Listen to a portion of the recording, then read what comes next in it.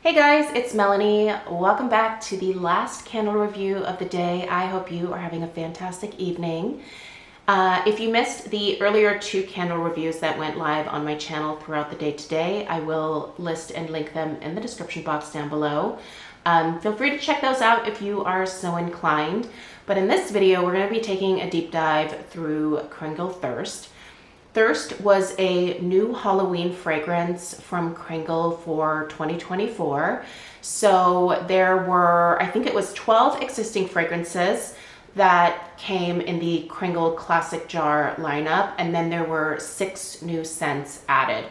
I will be very curious to see if any of the 6 new fragrances that were added will be sticking around next year or not for Halloween. Quite frankly, like I've never really been like a huge Halloween person, but since getting into Kringle, I really do appreciate the like time and effort that they put into Halloween. This is definitely, I think, an area where Kringle really shines. I think they're probably most well known for their Halloween collections. And, you know, I think that that is definitely well deserved. This year we got 3 different collections, which was awesome. But Thirst is a part of that like classic jar lineup. So I'm going to approach this review style like I normally do. We'll read through the fragrance notes. We'll discuss the individual top, middle, and bottom notes. I'll tell you what I actually smell. We'll talk strength and throw, which you definitely want to stay tuned for that part of the video with this one, and then the overall burn quality.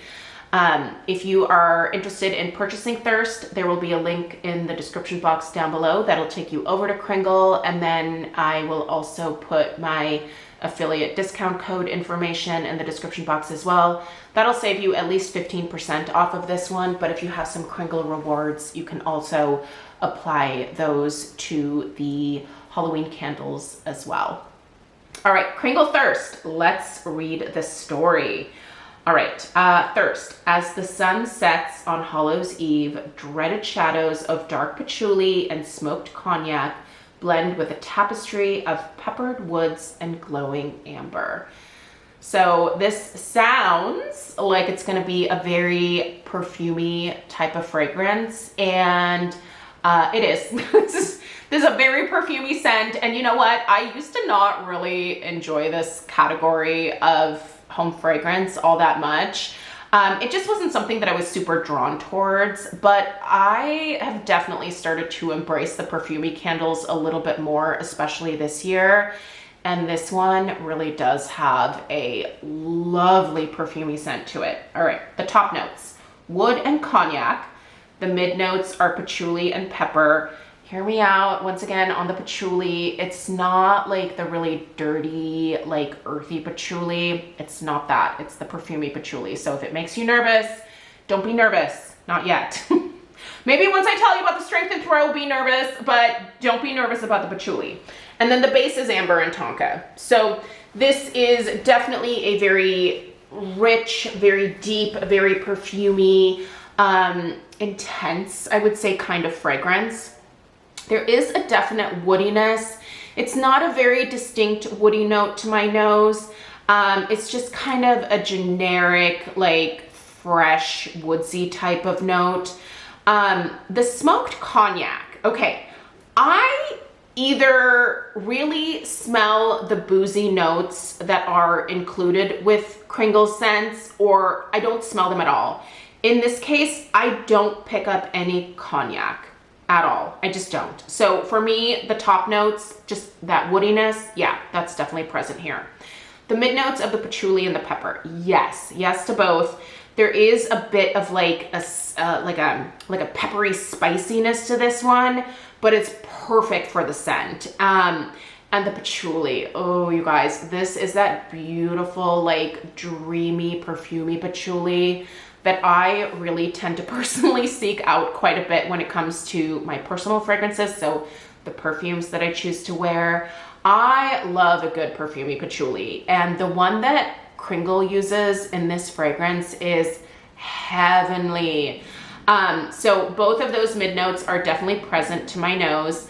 Listen, if you don't like patchouli either in that like earthy, dirty hippie type of patchouli way or in the perfumey patchouli kind of way, I would skip this one because I do think it is one of those very prominent notes that are included in the scent. And if that turns you off, I think it'll ruin the fragrance for you. So just skip it. If you see patchouli and you want to run, I understand. Typically I run if it smells like a dirty, earthy patchouli for sure.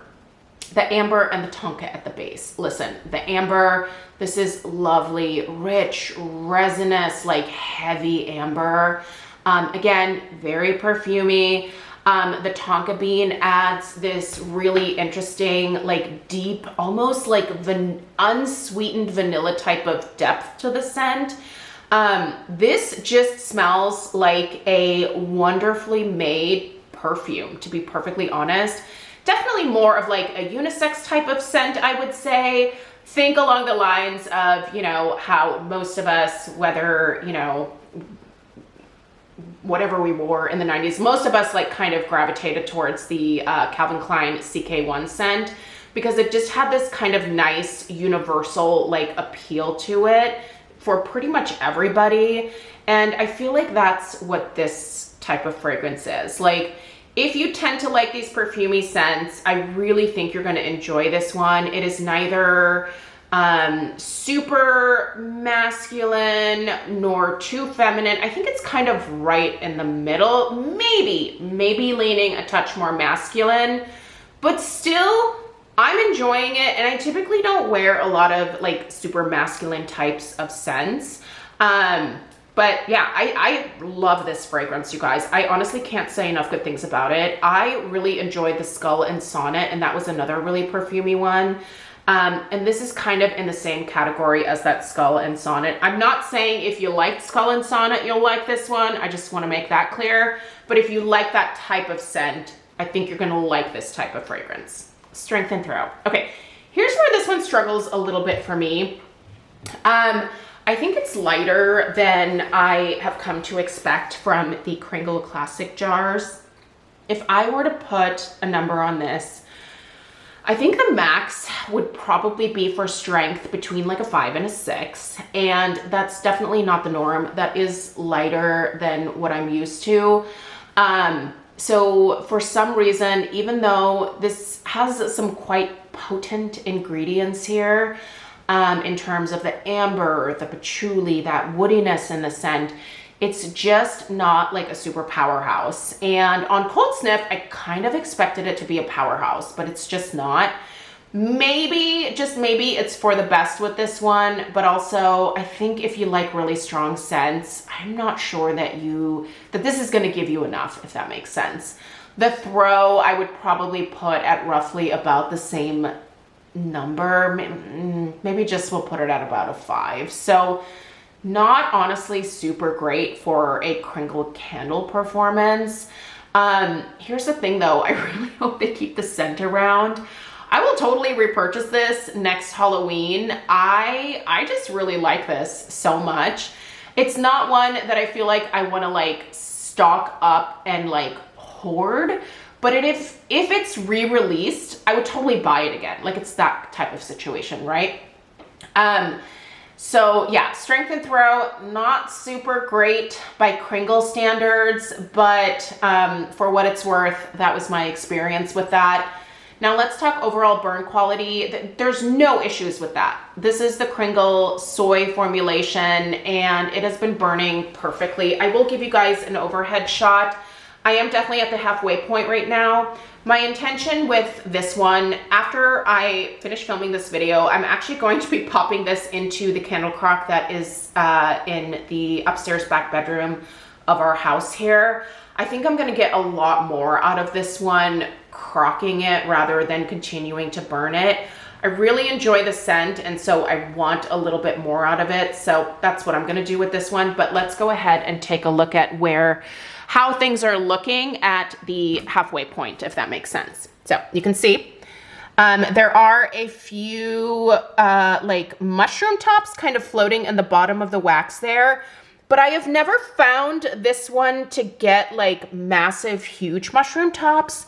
I just kind of trim the wicks lightly before each burn, but there's no sooting on the side of the jar or anything like that. You can see a little bit of that soy residue, what looks like maybe like water droplets on the side.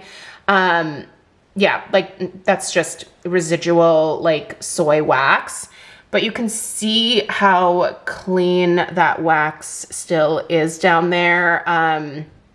Oh, I hate when I see those little black carbon balls in there, but I'm just gonna leave them. They're not affecting the fragrance at all, so I'm not gonna bother fishing them out. But yeah, in terms of that overall burn quality, that's been fine. No issues there.